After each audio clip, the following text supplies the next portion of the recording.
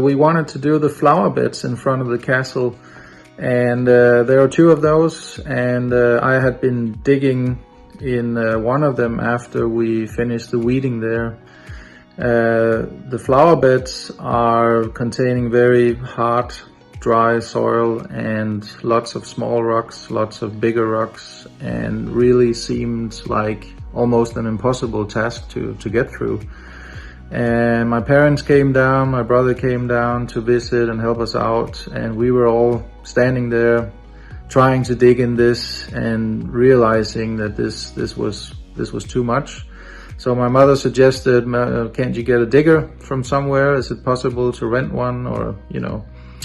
And Karen, she gets a hold of Didier over in town in Glush. And Didier, he's the man with a plan, it seems, because sure enough, he knew a farmer, and the farmer was also close to us, living in the area. And the farmer, Philippe, he comes by the next day. We show him around, we tell him what it is we want to do, dig out these 2 flower beds, and Philippe says, sure, I got a digger, and you can borrow it.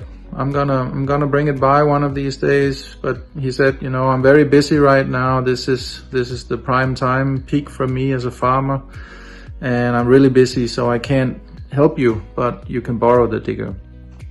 And we said, thank you very much. We really appreciate that. And so, yeah, the next day, nothing came, and we all went up with the family to the plateau. Above the castle, we have this plateau, and you can see the whole Dordogne Valley up there, and it's nice to sit up there in the sunset, have a glass of something, and maybe chips, crackers, whatever. And we came back down. Sun was about to go down. I took my mother and my brother over to Glush to show them the Edith Piaf square at the church over there. And then we came back, and so it was dark at this time, and so I wanted to go over to the outbuildings to close up the garage. And there it was. Sure enough, there was a digger standing out there. So somebody had been by in the time from when we came back down from the plateau, and we were over in Glush looking at the square and so on. And yeah, that was a Komatsu PW75R. That was a big machine, not something we expected anyway. It was huge. So the next day we get over there, and I'm climbing into that thing, and it was rather hot. I remember I was sitting in the cabin there sweating, trying to figure out how to start up this machine. And honestly, I have no experience. I never tried this before, but you know, some people, they always, how hard can it be, and so on. Well, it turns out it can be hard, because I couldn't start it up. My father, he had a go at it. He couldn't figure it out either. And we started thinking about, okay, who can we call? We didn't want to bother Philippe with this. He was busy. So Karen sends out an SOS, and turns out her sister's fiance, Rodney, who works at the Norfolk Naval Base in Virginia, he's very experienced with these machines. So we get him on the phone on FaceTime, and I show him the machine inside. We're messing with the handle, setting the parking brake, making sure everything is correct. You can hear right away that Rodney knows what he's talking about. And turning the key, still nothing happens. The machine does not want to start up. And so we're sitting there, you know, scratching our hair, thinking, and Rodney is on the other side of the Atlantic there. Yeah, what are we missing? Can you try this and check that? And, you know, keep going about it. And finally, we find this button on the back wall behind the seat on the right side. There is a button sitting there, a black button. There's no sign, no indication, nothing. And Rodney says, "What is that button? What is it? Try to push it." So I push the button, and there it goes. The starter is running out there, and you hear that diesel engine trying to start up, but it's not starting. So Rodney says, well, you just have to keep pushing it, just keep going, and you know, sometimes these machines have been standing for a while, so they will start, they just need a little help. So I keep pushing it, and finally, after 3 or 4 attempts, long attempts, it starts up. Looks like we've got all of the safety off, and everything is up and ready to move. And Bo is learning a little bit about how to move. Thank you again, Rodney.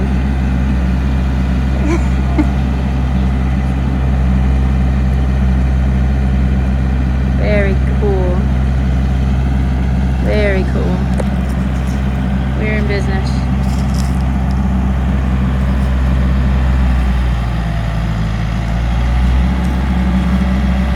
Yep. So now we just have to get it in front of the castle, across the wild boar safety fence, and learn how to dig. Oh, very good. And we got reverse and forward. Hi, Rodney.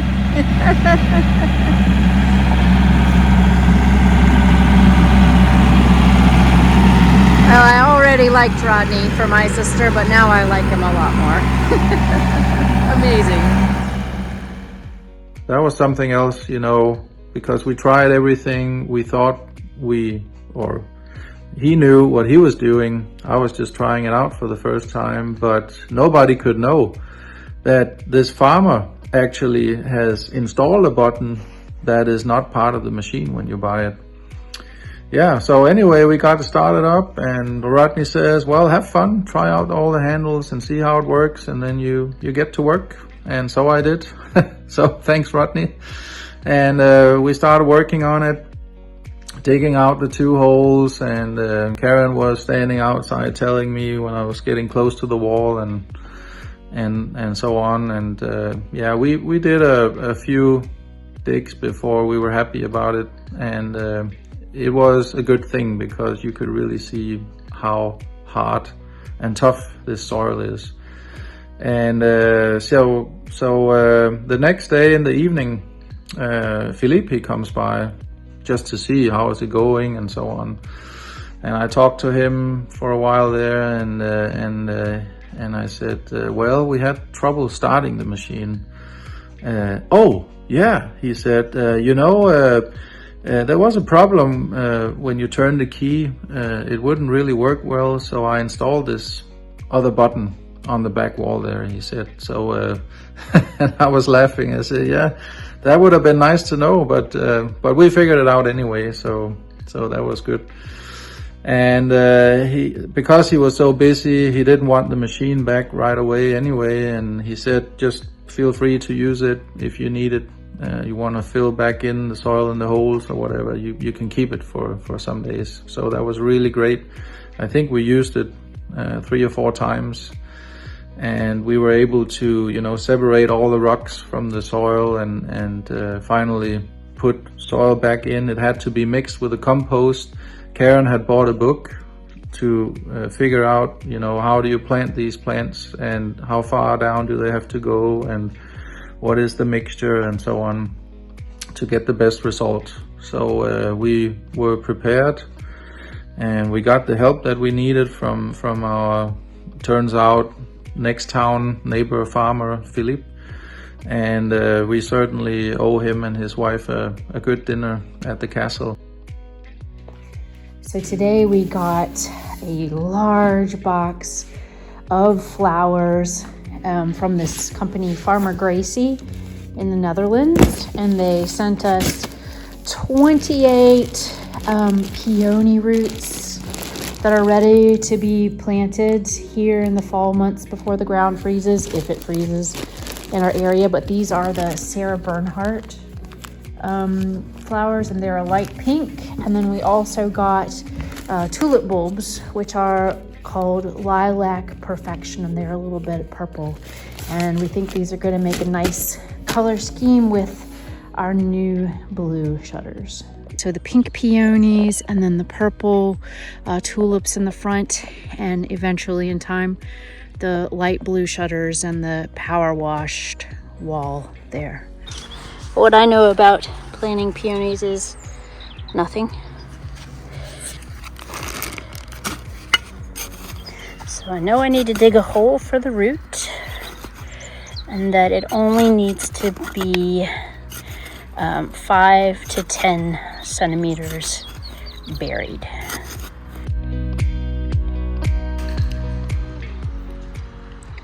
We're about 10 centimeters down. So we're planting roots, and we want to plant it so that the little nubs are pointing upwards, and they should have between 3 and 5. 1, 2, 3, 4. No more than 5, no less than 3. If you have 2, it takes them longer actually to sprout. So this is a pretty big root, so I'm just gonna dig a little deeper. All right, there we go. Nubs facing upward, and then empty the contents of the bag in. Let's hope it grows. That garden is planted. Peonies all in the back, and then some, those are pink, and then some purple tulips up here. Where are these guys? Netherlands. Guess I should know about flowers in the Netherlands. They always send the cutest little pack. No, they are not sponsoring us. I wish they were, but no, I just like them. They're really nice. They send little pretty postcards whenever you order flowers, and then these really cool guides that go along with whatever flowers that you ordered. Just great. So we got these little muscari, I think it is how you call it, to go inside the planters that sit on the edges of the steps. They're small flowers, and it looks to me, yep, like they plant in autumn for flowers in the spring. So I need to get those planted. And then, I will say this wrong, narcissi type of daffodils. And I wanted to have these out by the signs at the entrance. And I think I got the ones that look a little bit like that, you know. Oh, love them. But yep, those plant now too. And I got some more tulips because I greatly underestimated the space that we have for tulips in the front flower beds. So these are more of the purple tulips that I had before. Bo is off today, and so it's just me and the flower gardens, and I will be hopefully planting the rest of the tulips and maybe even, you know, some of the planters here with some of the little purple flowers that I got.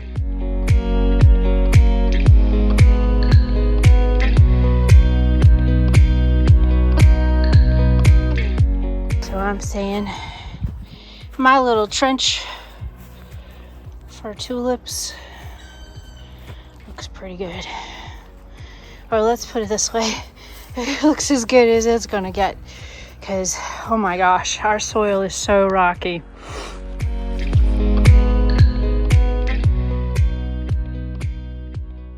So I got my fertilizer from the horse and just gonna put a little in with these tulips.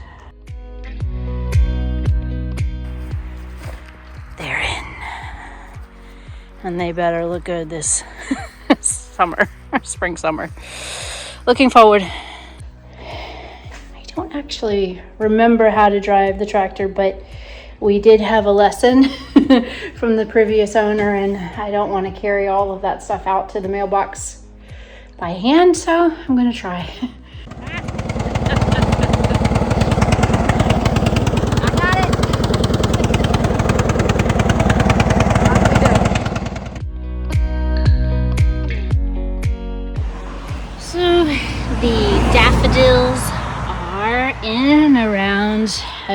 mailbox and our sign. So hopefully that will look nice in the early spring.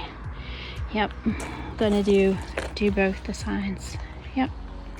So the day is almost ending and I have one more thing that I want to do, which is to plant these stone planters. And we have 1, 2, 3, 4, all the way over there, 5, and then, not gonna make you sick, there we go, 6, 7. So I am planting these with these pretty little purple flowers. Muscari. So I'm going to divide them into 7 groups. They come in sawdust. Isn't that interesting? And then put them in the pots. Right, so I've got about 15 little Muscari bulbs, and it is sunset in Gluge. Always gets a little bit golden this time of day. It's so nice.